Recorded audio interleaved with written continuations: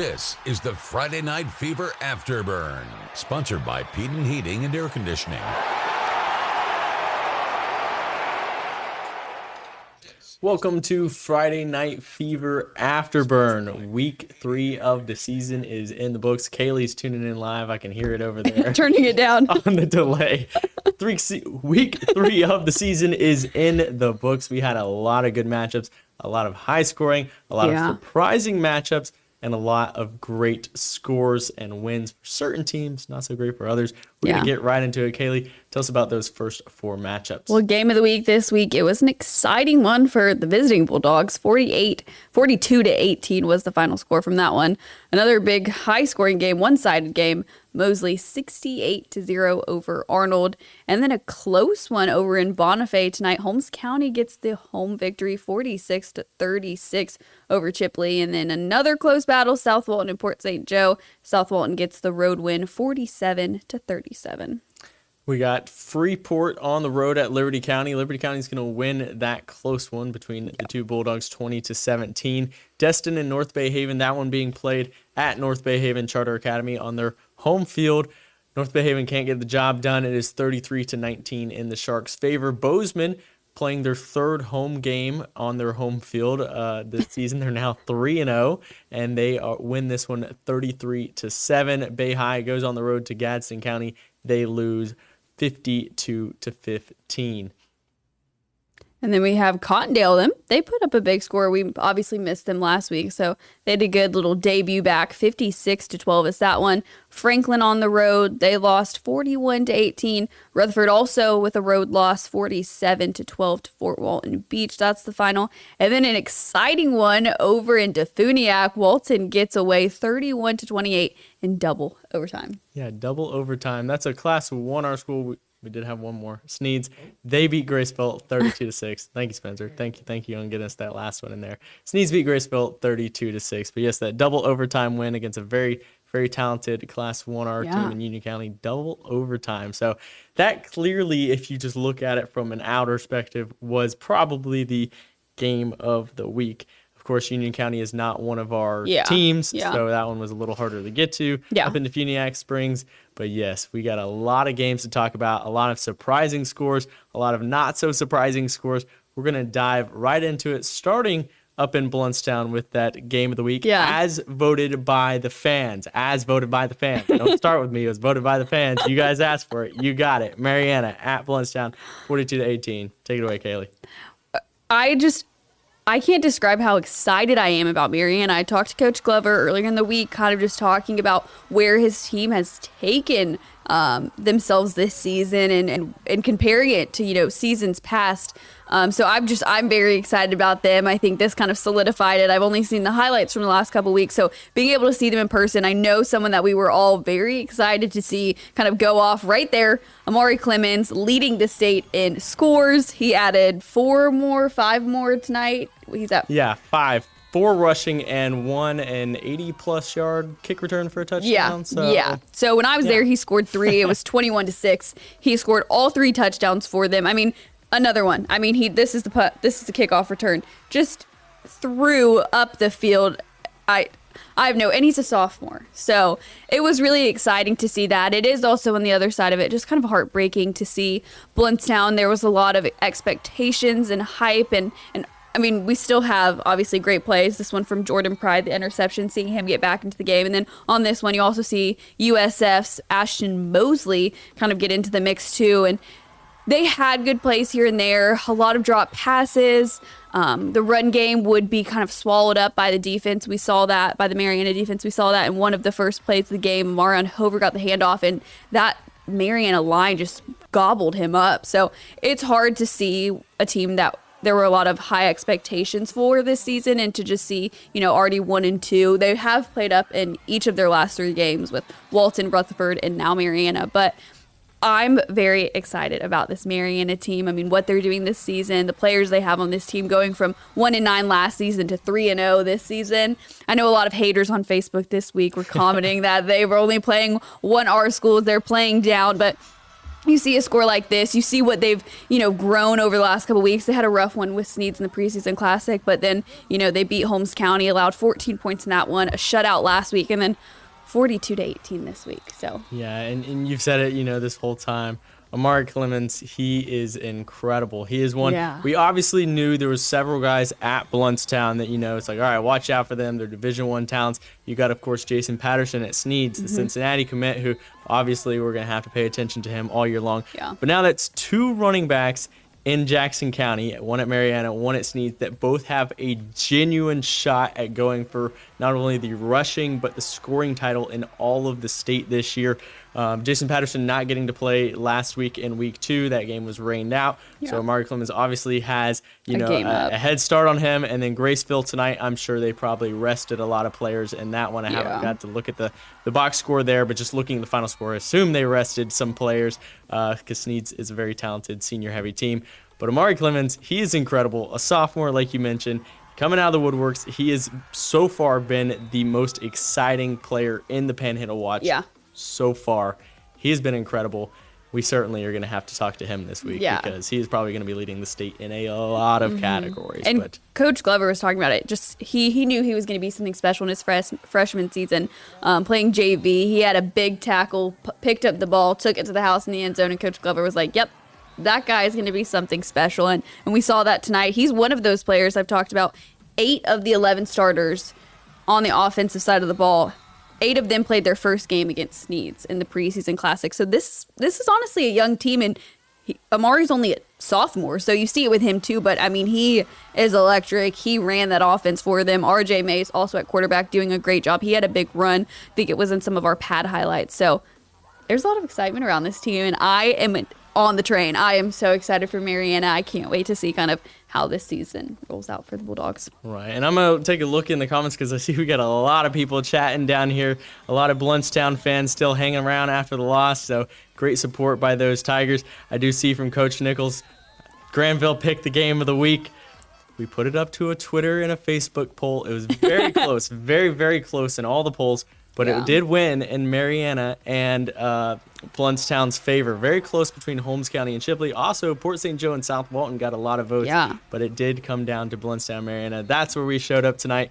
Still a very good game, of course, in Mariana's favor, but definitely some other great games as well, specifically that Holmes County Chipley one and the Port St. Joe South Walton one, but we'll get to those in just a minute. Still going through the highlights. How did the Mosley and Arnold game end? You see the score up there.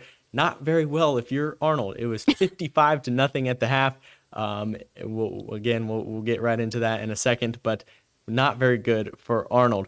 Battle of the Bulldogs, clearly the game of the week. That is talking about the Freeport and Liberty County game. A very close one up there. We had Ethan shooting that game tonight. Very competitive game. He said, when I left, Freeport was winning, and then it ended up being Bulldogs, Liberty County winning on their home field. So a very close one. Certainly a great game. Could have been the game of the week by the highlights that we got. The closest game of the highlights that we got.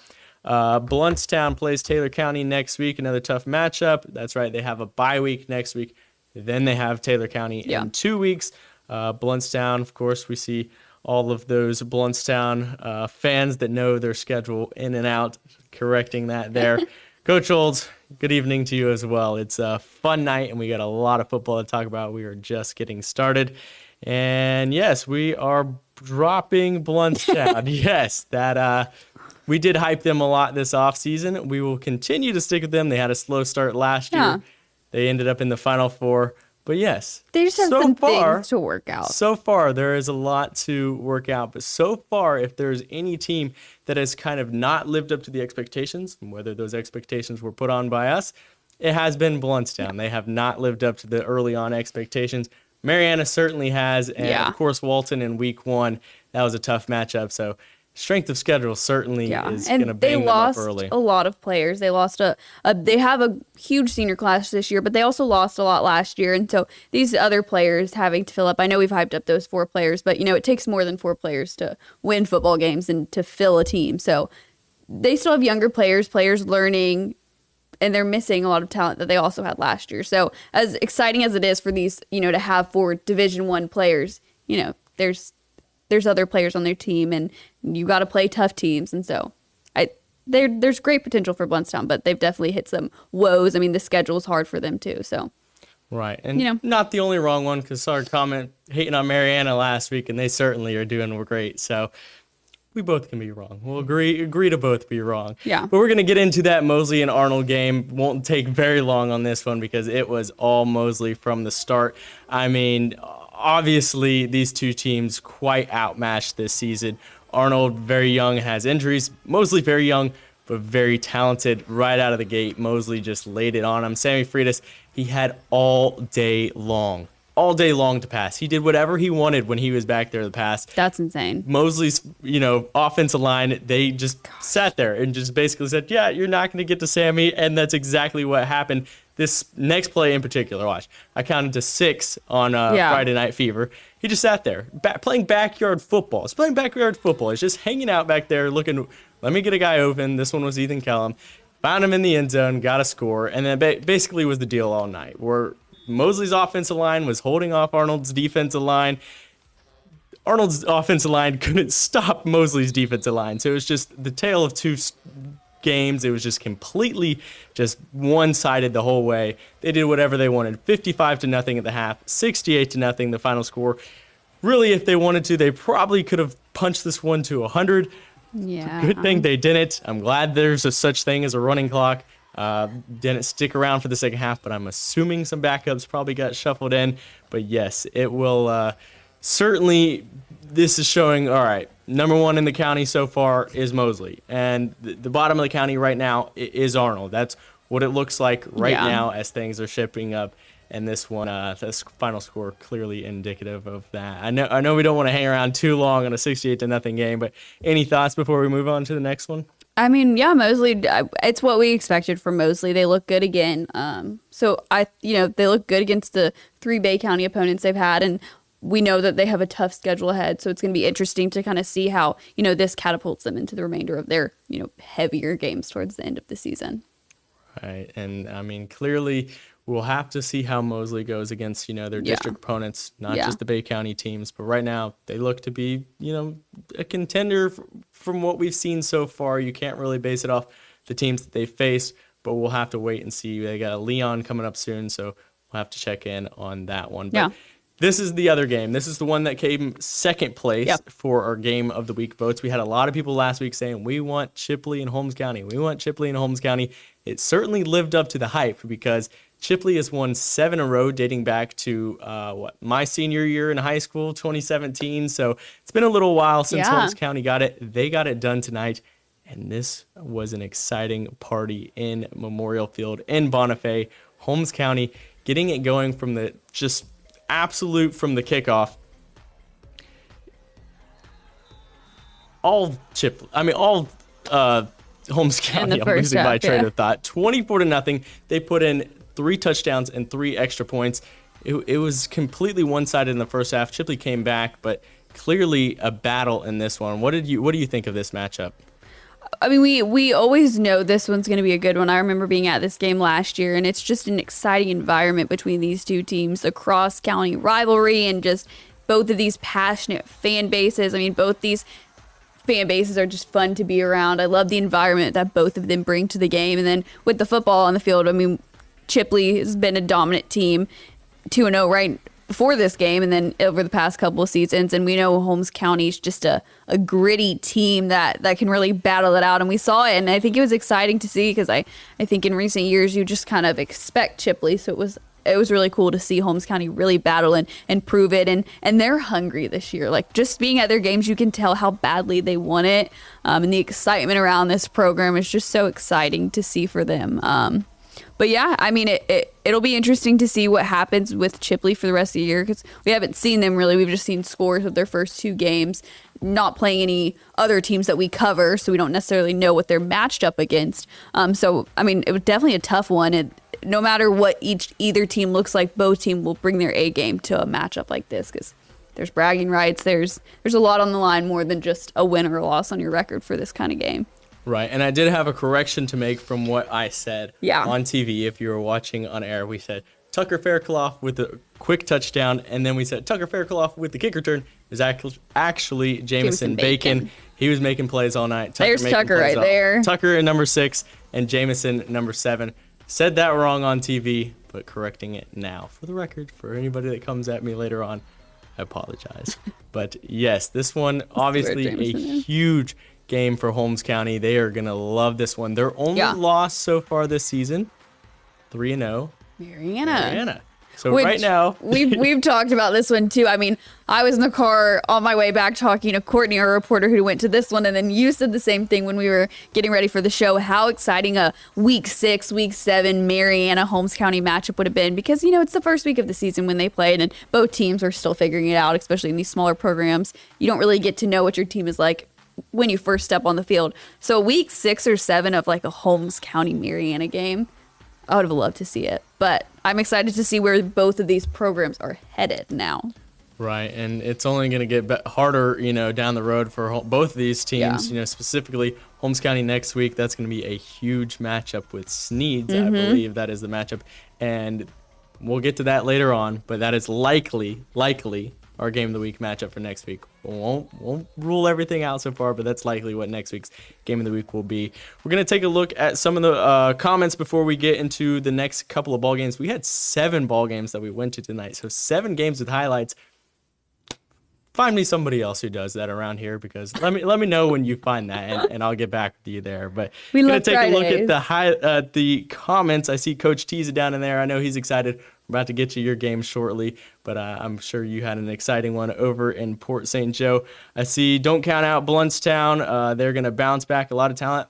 I would have to agree. They had a slow start last year, and they ended up in the Final Four. I saw another comment that said they've yet to play a Class 1R opponent. That is also very, very, very, very true. Yeah. They've only played teams in higher classifications. Obviously, Rutherford is a team that struggled in recent years, but still a larger school. Walton, a larger school. Marianna, a larger school. They've not played anybody in their own classification so far. So the 1 and 2, it is against higher classified teams. And, we can talk about bandwagons, not bandwagons, anything, hopping on the train. They will be fine. They are going to pick up some wins. They will be in the playoffs. I guarantee Bluntstown will be in the playoffs. Basically, everybody makes the playoffs in Class 1R. Bluntstown is going to be in the playoffs. We got some Mosley love in here. I do see comments saying, yes, it's not exactly accurate to say Mosley is at the top of the county. I know who we're talking about there. I know that it is Bozeman that we're referring to. And, I mean, they are undefeated. We have Mosley and we have Bozeman undefeated. The two will not play each other this year, so that kind of brings up some conversations that we've had in the past with baseball, where Mosley's having a great year, Bozeman's having a great year. Yeah. It's like, okay, if you're not playing, it's kind of hard to rule the county champion. At the end of the year, you have a little more of a clear picture when you're like, okay, this team went undefeated against these opponents, this team went undefeated against these opponents, and kind of match them up with each other. But early on in the season, you can't really rule a county champion, especially if they don't play each other. Yeah. That is a fair point. Bozeman is undefeated right now, so we'll have to wait and see how that plays out. Who is better than Mosley in Bay County? I'm sure that is the conversation that we're having. Yeah. Early to determine. Chipley Holmes County surprised me. We got a lot of comments in here. A lot of people loving some football. Don't count out Cottondale. That's right. Yeah. Cottondale, they put on a show tonight against Rocky Bayou. I know they had a tough draw to start the season, but they bounced back this week. Yeah. So we've gone through a lot of people in here, a lot of comments. We're about to get into that South Walton Port St. Joe game. I know Coach Tease is in here probably waiting to see some of that. I'll let you take this one away, because this is also another game that we saw as a potential game of the week matchup. Yeah, I mean, we know with both of these teams, this is kind of one of those that we look at. That's going to be a good matchup. And obviously, look at it. It was, the Seahawks on the road 1-1, and then Port St. Joe coming off the bye week last week, so an early bye week in their season. Both teams looked really good, well rested. Obviously, a little bit of a higher offensive battle. A lot of scores that we were trying to squeeze in here. But, I mean, Port St. Joe is one of those teams that we weren't sure what to expect out of necessarily. They lost another big senior class, talented senior class. But they look good. I mean, they look like they're filling the gaps, filling the holes. And, yeah, obviously it was a loss to South Walton. But like we were just talking about with Bluntstown, I mean, playing a school in a higher classification and putting up a great fight against them. And we know South Walton's going to be a tough team this year as well. So I mean, this was a fun battle to watch. And I think Port St. Joe really played up to hang in there with a higher South Walton. Right, and these two have played. This is the 11th or the 12th matchup that these guys have played in consecutive years. So clearly, they're not district rivals or anything at this point. They were when they started the rivalry. South Walton was a Class 1A team. It's all, of course, switched to 1R and Suburban and everything. And South Walton has moved up to what would be a Class 4A school when it comes to every other sport besides football. But yes, these two have played for the last decade, and it's gone back and forth for years and years and years. Port St. Joe still leads the series 7-4, but Coach Tiza and the gang, they've had St. Joe's number in recent years. I think that makes it 4 out of the last 6 or 4 out of the last 5 that South Walton have won, 4 out of the last 6. Yes, it's gone back and forth, back and forth, back and forth. But the last year was St. Joe, the year before was South Walton, the year before was St. Joe, so it's gone back and forth. Then South Walton looking to be the real deal potentially early on. They had a tough draw last week in Fort Walton Beach. Yeah, which they are not a team that we technically cover. They are not one of our 21 teams. They are not in our coverage area, but they're a team that is much, much, much improved. I've heard a lot of the reporters over there on the West End and the Pensacola area saying like Fort Walton is the real deal. We were not at that game last week, so we didn't get to see exactly how it went down. We just got to see the score, and of course was a loss to South Walton, but a very, very improved Fort Walton Beach. So we saw them again tonight against Rutherford too. We didn't see them, but we saw the score. So I think, of course, both South Walton and Port St. Joe will likely both be in playoff contention in their own respective categories. It's still early. We got a lot to go on. But again, a big game, a fun game in Port St. Joe. Any other comments on that one before we move to the other games? We have Coach Tisa in there. He said, always a crazy battle against the Tiger Sharks. That is right. And it's always a fun one. It is. No matter what it is, last year a 10-point game, this year another one that's just 1-2 scores. It's always a fun game, no matter which side you're on.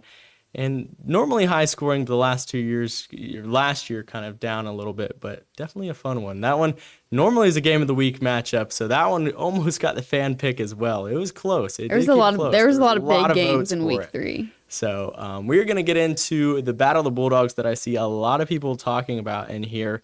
That is Freeport and Liberty County. That one, some people said the game of the night. We had a lot of ones that could have been going up for the game of the night. Yeah. The most competitive week that we've had so far. And this one, certainly a competitive battle. Freeport leading for much of the game, Liberty County taking it away at the very end. What did you think from this matchup over in Bristol? I mean, this was one that both of these teams are looking for that win, fighting for it. Both, smaller schools. So I think it was an even matchup, and I think it was a great opportunity for both these teams to show off their strengths, learn from their weaknesses, fix any issues that they're going to have moving forward. So this was a good one to watch, looking at the highlights and listening through, hearing some of those names that we expected to be productive this season, starting to hear them, obviously, Cameron Fernandez, Rylan Roddenberry, those kinds of names, Julius Miles. So I think this was just an even matchup, and I think it was a great opportunity for these teams to play at a fair level. Right, and these are two teams that certainly with an 0-2 start are going to be right on the fringe. Like I mentioned, a lot of teams make the playoffs in Class 1R, but these two are going to be fringe teams this year. We'll certainly have to see it later on, so every win counts. And this one, a big one for Liberty County, getting things started. They've had a couple of tough draws early on in the season. Same with Freeport, a couple of tough draws. This one pretty evenly matched, and this one really could be a playoff decider, come week 8, week 9, week 10. This one really could make the difference. So a big win for Coach T and those guys in Bristol. Gonna head back to the comments because we still got a lot of people down here talking about football. We got a Let's Go Braves. Again, if you missed that, the Walton Braves winning in double overtime against Union County, who is a team that is likely a Final Four contender in Class 1R. They're similar to a Northview, a Hawthorne from last year, just an absolute powerhouse in Class 1R. Walton winning this one in double overtime. So clearly, again, you can talk about the classifications in Union County, they're a smaller school. That is probably a Final Four, at least, region final level team in Union County. playing against a Walton. So definitely a tough battle. I wish that we could have been there. I wish that we had one more person out there shooting at 8 games. 7 is a lot. 8 would be a ton. Yeah. But we definitely got to get Walton covered, hopefully. Oh, yeah. In the next couple of weeks. We're going to check again. We got a couple people talking about Bozeman and a lot of people talking about classifications and who plays what. We got, what class is Destin in? Destin, as far as I know, is still not classified. Last year was their first season as a program, and they were, if you look on Max Preps, it says freelance. There's a couple teams like that, a couple Christian schools, a couple teams that are still kind of getting in. Haven't really been classified because the school is jumping between, a small amount, and it could grow to be, when they get classified, could immediately go in as a class 4A school. They're still freelance. Freelance is what they currently are. So they're not in a classification. I don't know how that plays out when it comes down to them. They're 3-0 right now, so potentially coming to playoff consideration. So we'll have to see how that plays out later in the season. I would think that they would most likely get locked in with a, I'm not even going to say because I really don't know. I'll have to check on that. That is a great question. And we'll see them again, Bozeman in October. Then they go to Chipley the following week, or they host Chipley the following week, and then they round out the season with Holmes County. So we'll see them a couple more times this season too as Coach they fare. Tiza, he answered my question in there. We got Destin still independent. They would be Class 1 Suburban. So that's what they would be put in as, is Class 1 Suburban. So yes, that we don't have any of our local teams are not Class 1 Suburban, but that is what Destin would be. Yes, I got some people still arguing about Bozeman and Mosley. I'm sure that'll continue on through the rest of the season if both of them stay undefeated. The Braves main event, best game of the year, double overtime in Defuniak Springs. I wish that we could have been there. That would have been so much fun to witness. Again, we normally only stay for like the first half of the game, highlights wise, because we got to get back, put it all on the show. We wouldn't have gotten the finish anyway, but still would have been fun to have some highlights. We do have one more game that we have highlights of, and I know there's we have 2 more. We have 2 more games that we have highlights of. You're used to 6 games. We have 2 more games. I am used to 6 games. We're going to get into the Destin and North Bay Haven game.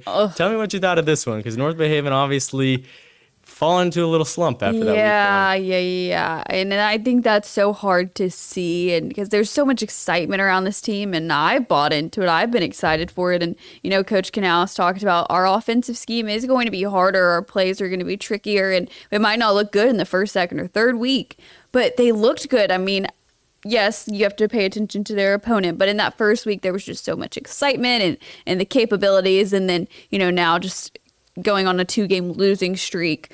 Heartbreaking to see, especially in they're at home for this game. It's the 100th game of the school history. So much excitement around it. And just to kind of really fall off. I mean, reading through the highlights, it was just turnover, interception, this. And so it's so hard to hear that and see that. I know there's a lot of potential out of this team. So I know there's work to be done, and great things can happen, but it's sad to see. There's so many athletes on this team. Another team with a bunch of great athletes, talented players, and execution just doesn't happen all the time. So hopefully they can start to click, make it work, because this is going to be an exciting team to watch if they can have plays like this, if they can do what they're capable of. Right, and that district is one that could be somewhat competitive this year. Obviously, if I had to pick a front runner, I'd obviously probably have to go with South Walton right now. Yeah. Bay, of course, they had an incredible senior class last year. Yeah. That's not the same team. They're very young, but they can still play ball. North Bay Haven, I think they match up well with a Bay. I think that one could be competitive. I think Rutherford, I think all 3 of those could be competitive. South Walton, I think any of those teams could get anyone a run for their money. Right now, I'd have to say South Walton's in the driver's seat, but we'll have to see when they actually get into those district play games. Got a couple of Buccaneers comments in there. I know, yes, they have a very talented team. I think their schedule is favorable that they could win a few more games before the midway point of the season. These 2, of course, a much improved Holmes County and a much improved Destin. They can hit a nice little roadblock. But yes, a tough loss for North Bay Haven tonight. Destin Sharks 3-0. Now we're going to check a team that a lot of people are down there talking about. That is your 3-0 Bozeman Bucks. They won 33-7 over Baker tonight. Started off with, Bozeman coming in. We got Peyton Gay to his brother Hayden. They called a defensive pass interference here. Don't be fooled by the flag. That was a touchdown. And then this play, I know, Baker's not our team, but look at this play. Keeping his knee off the ground. I pulled it in the slow motion. I looked at it. It's very, very close. His knee was not on the ground. I pulled it on the editor. I looked at it close. From what I saw, his knee was not on the ground. Not that that matters because they lost. But Bozeman, he was, feeding Chance Jenkins and Colton McClellan all over the field. Bozeman winning this one big. Peyton Gay is back. He looks every bit healthy coming off that knee injury. And this team is a high firepower offense. Again, beautiful. We can equate Mosley and we can equate Bozeman. We can do it all day long. They don't play, so we'll never know this season. They're two very talented teams. But again, Bozeman picking up a big win tonight. What did you think of this one? Well, I just like piggybacking off of that. I just don't think you can necessarily compare these teams, Mosley and Bozeman hand in hand. They're very different teams. They play at different levels. So I think that's just a conversation and I don't know. But yeah, I think Bozeman looked good again. This is another team with some top players. It's great to see Peyton Gay back. Obviously, the connection with his brother. We love those family bond ones. But, I mean, this team has some depth, and you see it throughout the game. I mean, you hear a different name on every play. It's not like some of those teams where you have that one guy who's really going to lead the charge. You have a different player. So it's great to see, especially in, the smaller schools, to have just so many different players that you can rely on. So good to see Bozeman pick up a win tonight. Obviously, been home the last couple weeks, facing some different opponents. Obviously, we know Baker this week, but I think they're definitely going to be someone we're going to see it towards the end of the season, and it'll be interesting to see kind of how they fare out in the rest of their schedule. Right, and I do think Bozeman's schedule is favorable for a potential 6-0, 7-0 potential start. We have to look at that schedule further down the road, but I was answering an email this past weekend about Bozeman, and I was looking at their schedule, and I was like, I really think that Bozeman has the chance to go to 7-0 before matching up with a Chipley. And as we saw Holmes County, beating Chipley tonight, they're not invincible. So Bozeman could tie their best start in school history at 8-0. They could pass that. Potentially, I'm getting way ahead. We'll have to look at the schedule, see what happens. Of course, you can have a bad night. But I do think that Bozeman's schedule is favorable for a huge start. I do see some comments. Sam, what was Jason Patterson's number against Graceville? I don't know Patterson's numbers tonight. Again, like I said, assuming, we never want to go off of what Sam says with assuming, but assuming he didn't play a whole lot, the last year against Graceville. Graceville's still a young team that Sneads certainly has the advantage over. That one a 32-6 final score. I'm just going to assume that he didn't, go out and put up a 400, 500 number game there, but I'll have to check especially later on. With Holmes County next week as well. Right. And the last bit of that comment was, did Tab break the record tonight? That would be referring to Cole Tab at Choctaw. They're following Seth Stringer over there on the west end, and he was following that game where Cole Tab was putting up some crazy numbers tonight, like 350 yards in the first half, chasing those touchdowns. He did not, so it looks like he kind of sat out the second half. He had 365 yards and 4 touchdowns, so it looks like he didn't play as much in the second half, clearly didn't put up the numbers the first half, so did not get close to Jason Patterson's 500 record or Caleb Wagner's total state record of 535 or Derrick Henry's second place record of 502. So that I got locked in. So let's check in. We got Walton versus South Walton main event next week. Is that next week or the week after? Okay. Yeah. Yes, South Walton plays Arnold next week. So Walton versus South Walton is in 2 weeks. I would say there's a good chance that that's the game of the week, but we don't want to get too far ahead of ourselves. This is where we're going to turn into those next week games. Kaleigh, the 22nd. What games do we got next week, and which ones are you looking forward to the most? We have a Thursday night matchup. Those are always fun. Is that at Leon? Okay. Yes, because they played at Tommy Oliver last year. Okay, so Thursday night battle with Mosley. They have a lot of Thursday night matchups this week. We have North Bay Haven, Jefferson County, Liberty County, Franklin County. That's always a good one. South Walton, Arnold. We got Pensacola. They're going to be at Bay. Chipley versus Vernon, a Washington County battle. Cottondale versus Freeport. Then we got Sneads at Holmes County, which right now looks like the game of the week. Yeah. We'll see. What else we got? Rutherford, Mariana. That should be a good one, too. You know, Rutherford looking to really set themselves up this year. And, I mean, like I said, I'm on that Mariana train. I'm so excited for anything and everything that they do this season. Dixie County versus Weewa, and Port St. Joe and Pike Liberal Arts. That's when we see throughout a couple of our team's seasons. Right. So really, if we're looking at it from a total perspective, there's not really a lot of games that kind of jump off the board. Like, No. gotta be at that one. Gotta, that one's gotta be game of the week. Except Holmes County and Sneads, where we got an undefeated 2-0 Sneads. They didn't play in week 2, so they're only 2-0 versus a now 2-1 Holmes County. Yeah. Holmes County's riding high off that win against Chipley. Chipley went the whole regular season last year undefeated. They beat Holmes County 7 times coming into tonight, so a huge, huge win for Holmes County. Got an undefeated Sneads coming in. That one seems to be pretty clear on that one. I don't think we need, as Mr. Brock says, a vote on that one. What do you think? Yeah, I mean, and even just kind of historically, that's always a good battle to see. And, it's at Holmes County this year. It's in Bonifay. We know 2 years ago when they played, that's when Jason Patterson hit that injury. So obviously it means a little bit more for, I think, both teams. And I know Sneads, Jason Patterson, that's a game he'll want to prove. And I think that's going to be a great matchup next week. Looking at it kind of stands out. You guys can put it on me if you want. I'm going to call it game of the week. It is on me if it ends up not being a close game, but that will be our game of the week. That's going to do it for us tonight. If you want to watch all these highlights again, go ahead and head on over to mypanhandle.com. Click on the sports tab, Friday Night Fever. You will find everything there. You, of course, can rewatch this, share this, send it all around. We're going to be here again next week, as we will the rest of the season. It has been a fun week 3, my favorite week so far of the season for sure. Again, that will do it for us. We will see you next week.